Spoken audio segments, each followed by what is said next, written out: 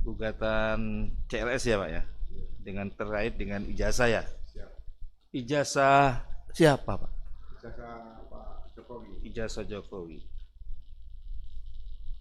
Jokowi. Apakah saksi pernah melihat ijazah Pak Jokowi? Saya hanya melihat dari media sosial dan dari beberapa rekan juga yang didapatkan dari media sosial. Melihat dari media sosial ya, media sosial. Setelah dilihat di media sosial ya, saksi perhatikan ya, ada masalah apa dengan ijazahnya tadi? Ya, secara sepintas dengan kasat mata saya, yang pertama foto, Foto, foto apanya? foto yang ada dalam ijazah itu hanya saya amati sendiri dengan mata saya, berbeda dengan Pak Jokowi yang pernah saya bertemu itu. Berbeda ya, berbeda fotonya yang di ijazah, yang ada di media, berbeda dengan yang saudara lihat langsung orangnya, lihat orangnya ya. Fotonya bukan asli orangnya. Dengan orang aslinya kan ya, berbedanya. Berbedanya di mana? Ya, kita kan waktu pendidikan juga ada belajar tentang forensik, Pak. Nah, Tentang foto kehakiman, kemudian ada tulis kehakiman semua, iya. tanda tangan dalam dokumen itu kan juga kita pelajari juga. Itu berbedanya di situ ya. Ya, Setelah mempelajari waktu di pendidikan ada forensik ya, forensik dulu ada forensik apa itu? Di tulis kehakiman. diktiloskopi ya kan ya. Ya dulu namanya kan pendidikan diktiloskopi ya. Daktiloskopi. Daktiloskopi kan ya. Iya kan? Belajar juga ya. Isi di jari. Nah, sidik jari termasuk itu juga ya. Diajari nggak? Ada ilmu tulis kehakiman juga ada, Pak. Termasuk itu ya. Siap. Ya, daktiloskopi. Identifikasi loh. Identifikasi ya, ya. Ya saya juga diajari dulu ya. Daktiloskopi ya kan, mengenai sidik jari banyak macam-macamnya. Forensik kehakiman istilahnya ya. Siap. Berbeda dengan yang di orangnya tadi. Ya, orangnya. Orangnya. Selain orangnya berbeda apalagi? Ya, saya hanya diskusi dengan Pak Roy Suryo, ketemu kita kemudian dengan Pak Rismon, Dr. Tifa juga ketemu. Saya pengen mengamati ada apa sih jasa ini gitu. Ya.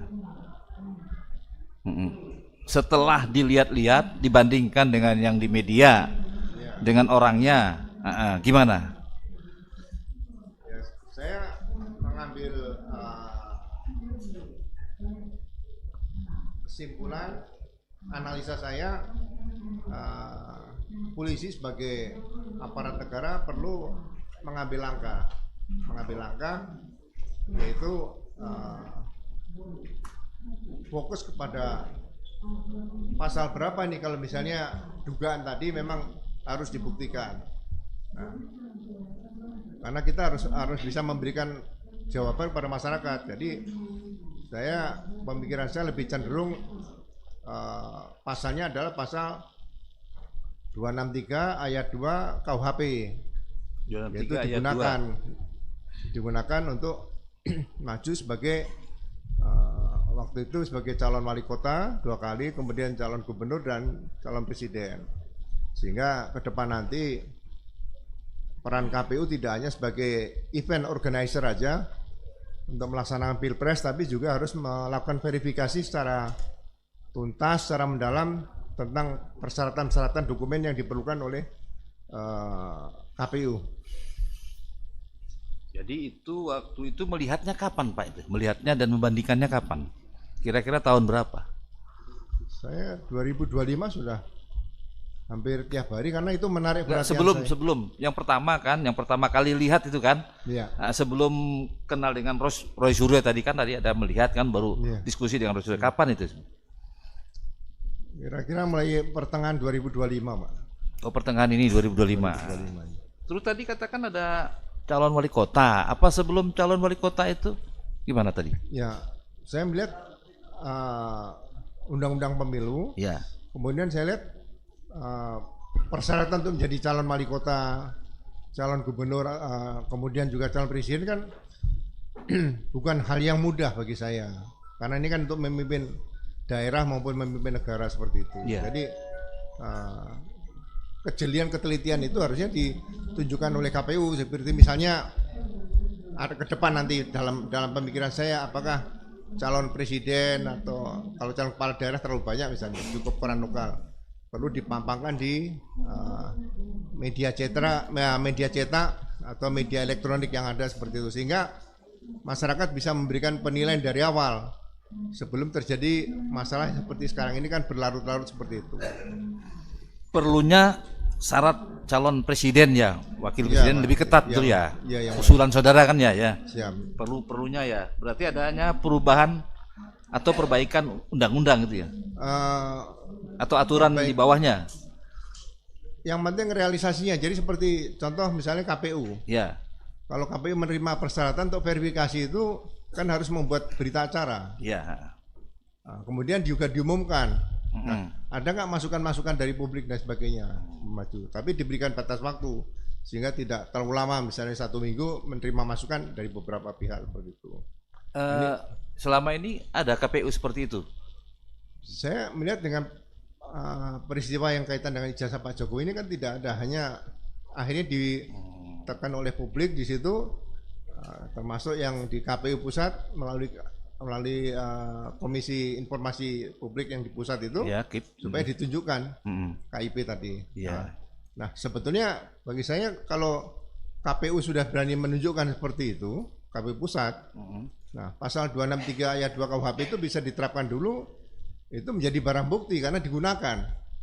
Jadi bukan yang menyerahkan. Kalau waktu itu di KPU diteliti dengan jelas, ini kan tidak akan maju. Jadi karena tidak diteliti dengan jelas dan sangat teliti, akhirnya maju. Nah ini mungkin ke depan perlu kewaspadaan seperti itu, sehingga ya sekali lagi saya katakan jangan sampai selalu terjadi hal-hal seperti ini yang berlangsung proses 5 tahunan seperti itu. Jadi peraturan KPU-nya Pak tadi ya? Peraturan KPU-nya yang harus diperbaiki ya. Nah itu, memang ini yang masukan begini. Kalau ada masalah peraturan KPU-nya yang kurang jelas, harus diperbaiki. Harus tegas dan jelas gitu. Tegas, jelas, dan kalau memang ada kurang diperbaiki kan itu ya. Kembali lagi ya, tadi kan. Jadi saksi baru tahu tahun 2025 dari media ya. Tapi belum pernah lihat saksi ijazah aslinya Pak Jokowi. Sampai sekarang saya nggak pernah. Nggak pernah lihat ya. Tidak pernah lihat ya. Jadi memang ini masukan ya. Ya. Kalau KPU berarti kan negara ada yang kurang terhadap aturan-aturannya ya kan ya. CLS seperti itu benarnya. CLS kan seperti itu aturannya kan ya. CLS. Ya.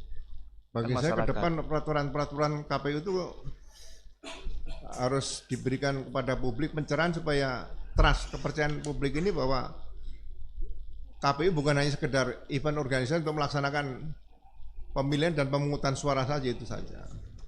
Kan pemilihan seluruh Indonesia lagi ya. Seluruh Indonesia KPU itu kan dibagi-bagi ya. Ada pertanyaan? Ya silakan. Tanya.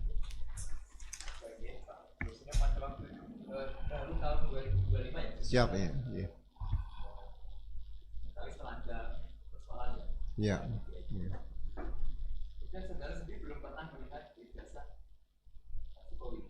Asli belum pernah.